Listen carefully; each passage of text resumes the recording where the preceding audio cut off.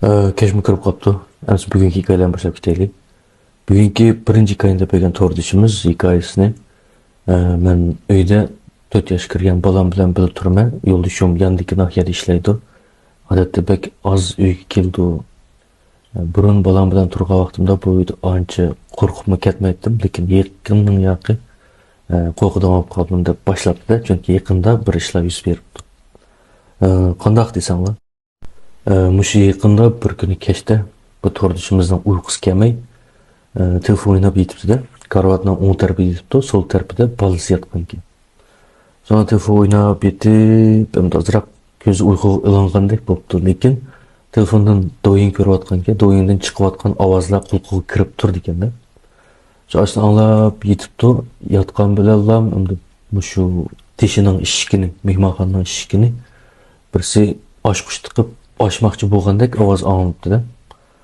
Voy bu erimga yaqinmayli qaytib keldimi nima deb o'ylagan bo'pti, ammo qo'pib chiqay desa medirlayapti-da. Qit qolgandek bo'libdi badani. So'ng bilan kuldir qilib ochqichni shu u yoqqa to'lg'ab, bu yoqqa to'lg'ab bir chaqda eshik echilibdi. Uni gup qilib yepilibdi. Birisi bu uyga kiribdi-da. Erim tuyuqsiz kelibdi-da, nima qo'polmayman, charchab ketdimmi deb qarab esib qoldimi deb shu xiyollar hammasi anglayotgan ovozlar, xiyollar hammasi esida bordi. Ammo badan medirlamaydi. Astal ko'zini ozroq ochgandek bo'libdi. Shu ochgan vaqtda bu yo'ldishining taqib turqida birisi yotoq uyining oldiga kelib bular qarab turibdi-da. Qo'pib yaqilay desa yana boyqidek holatda. Ammo ko'rdik. O'sha turib birdan turayotgandan keyin o'rilib mehmonxona uyiga yana chiqibdi bu. Chiqayotgandan keyin voy men nimanda qo'polmayman, nima bo'ldim deb o'ylab qo'rqib turgan vaqtda telefonni qarabdi-da, telefonni qarasa telefoni do'yin ochiqga bir shpin qo'yilayotgan ekan. Tuyuqsizlar endi bolasi o'sha telefonning oldiga beshini akib, telefonni to'sablam shu telefonni ko'rishga boshladi. Shundan bilan voy bu bolam nima uxlamay telefon qaraydigan deb qo'lni medirlasa, bu chaqda qo'llari medirlabdi, bolani qo'l tutay deb beshidimda tortibdi, telefonni oyoqqa tortibdi. Shu telefondan chiqib kirib ketganda bu telefon bilan tang choplashib qarab turib olgan-da telefonga. Shun bilan uyquchilikda bosh diqqat qilmagan ekan, endi ozroq esli kelgandan keyin diqqat qilsa, bu bola so'l tarafda yotgan o'zining bolasi. Endi mau telefon qarayotgan bola shu o'ng taraf karavotning yonida o'rib turib, karavotga ikki qo'lini qo'yib telefon qarayotgandek ashunda holat ekanda.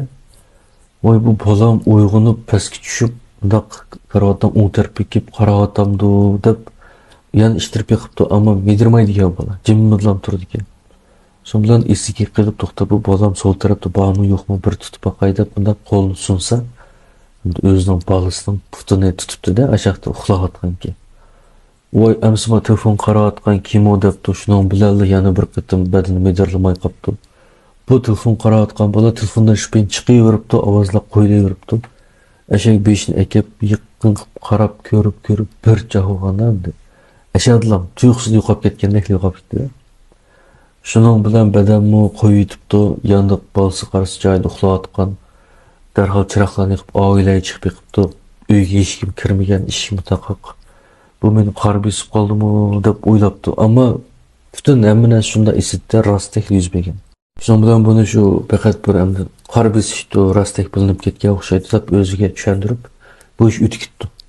O'tib ketib, oradan necha o'tgandan keyin bir kuni o'zining mayoqdagi uyda bir ish qilyotsa, bolasi yandagi uyda o'yinchoqlarni tizib qurashtirib o'ynayotgan ekan.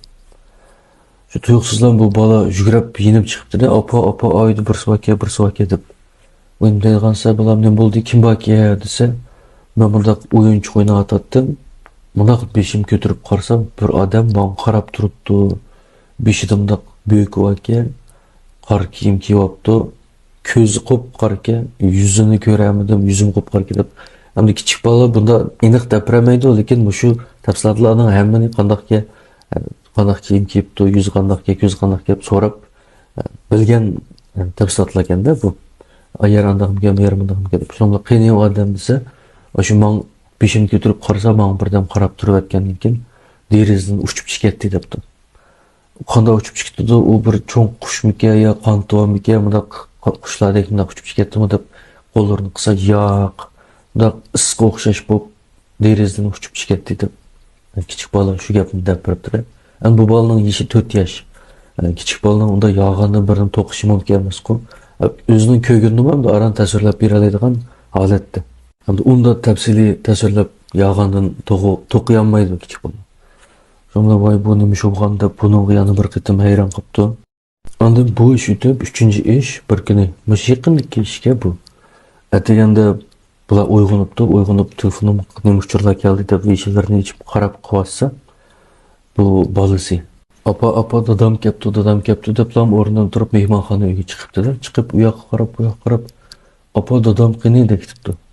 O nima bo'ldi? Dadam kamini qo'y desa, voy dadam kepti, hozir uyg'onib bunday qarasam, shu yotgan uydan Uberni ko'rindi ekanda.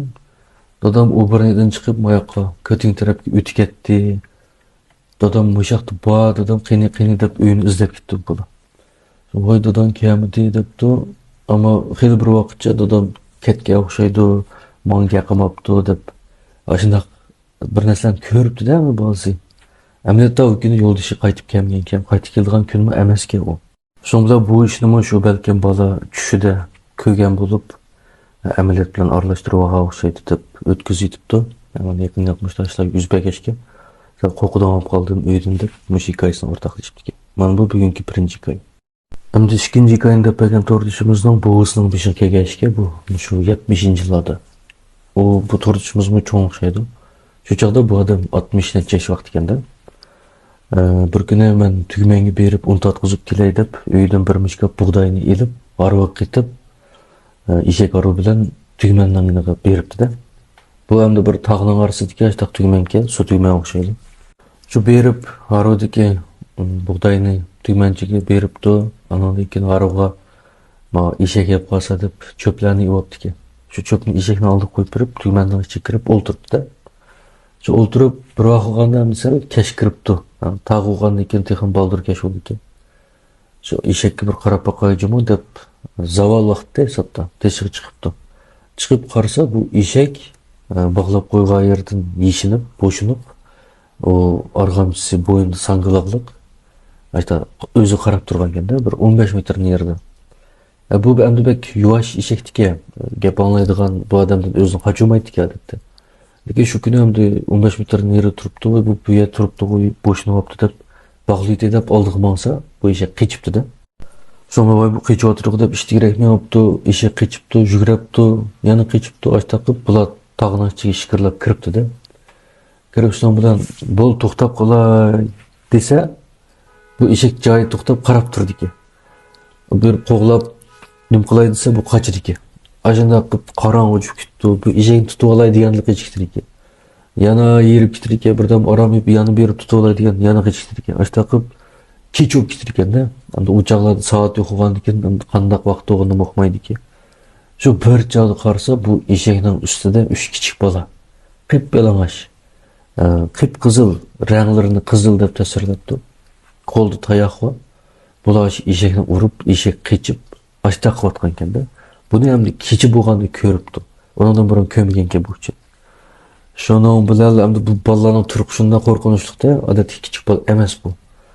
Shundan bilan bir qo'rqib ketib bo'ldi. Men nima bo'lsin bu eshakmi boshqa bo'ldiga o'xshaydi.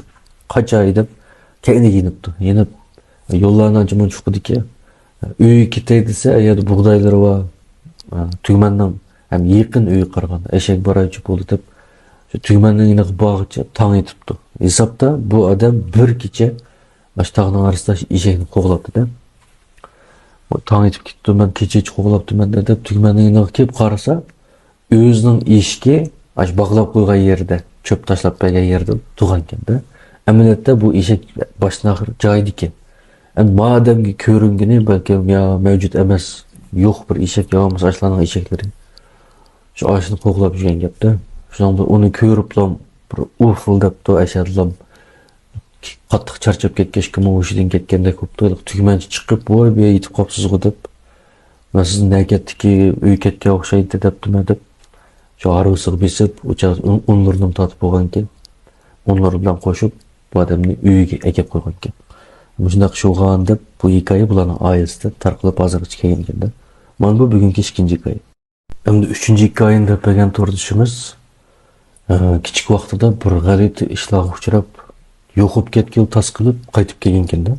Endi u ishni men keyin deb biray debdi. Endi yaqinda yuz bergan, shu 1-oyning 28 yuz bergan bir ish bor ekan. Bu torduşumuz odatda shu bevosita ko'z tutishda mal sotadigan tordash ekanda. Atayamni qo'pib bir xil to'rt egiz kelib ketdi-da. Nimishki bir xil shu kun to'rt egim kelib qo'pibdi ekanman. Bir çağ dostum telefon qildi-ki, dostum mesela paranjitda bajab to'rt egim keldi desam, men sana buyurtib beray deb buyurtib berib berganti debdi. Shunga buyurtib, bularning uyiga boshqa xizmatdoshlari bor ekan, shular kelib yana bir uyda jibo qildi ekanda, mal sotar ekan. Shu tushda 12da boshlandi ekan bu jibosi. 2da tugaydi ekanda, 2 soat tushlik jibo qildi ekan.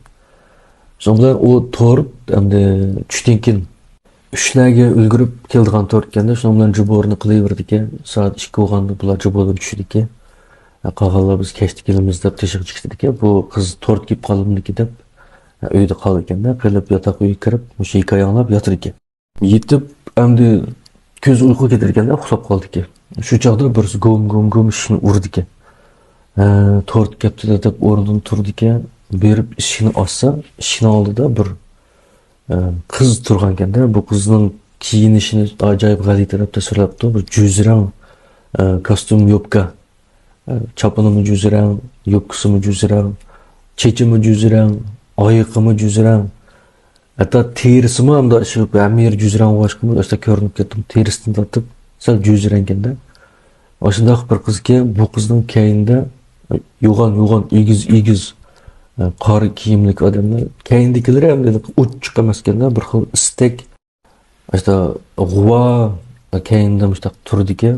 Nima oldidagi qiz g'alaba qozongan ayollardek shu oldiga chiqib bu qizga gap qildi ekanda. Odash bu to'rt kelsa sen ishini ochmading-ku, nima deb ochmaysa? Bu to'rt buzilib qolsa qandoq yeysa, nima deb ochmaysa ishini? Mening bek to'rt yegim botdi deb bir xil xafa bo'lib ketdi ekanda. Voy bu kim o nimalarni deydi deb bir xil anqiramay qoldi ekan. To'rt kelgan oljimi men ham to'rt yegim bor deb endi so'zlab ketdi ekanda. Shuni bu qizmi o'zim uqmaganlar oldiga odash ma'qulman olay deydi ekan. So'ng ishni bitib joyiga kelib yotdi ekanda. Bu kim o, bu nima bo'lib ketdi? Bu hozir o'ngimmi tushimmi deb farqlandiramay qoldi ekan. Shu yana ashta yotgan vaqtda gom qilib karoti urilib ketdi ekanda, birisi urgandek.